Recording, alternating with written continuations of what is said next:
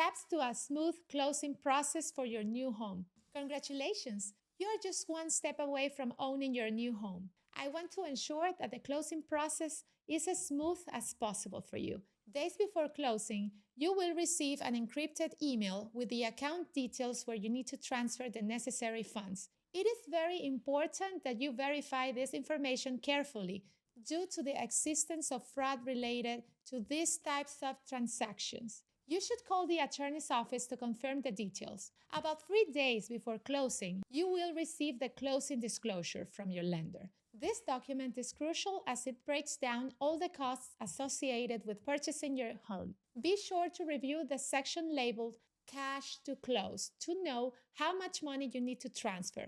Make the transfer at least 1 day before closing to avoid any inconvenience. On the day of closing, you will review and sign important legal documents. Once everything is signed and funds are confirmed, you will receive the keys to your new home. Get ready to celebrate this great achievement.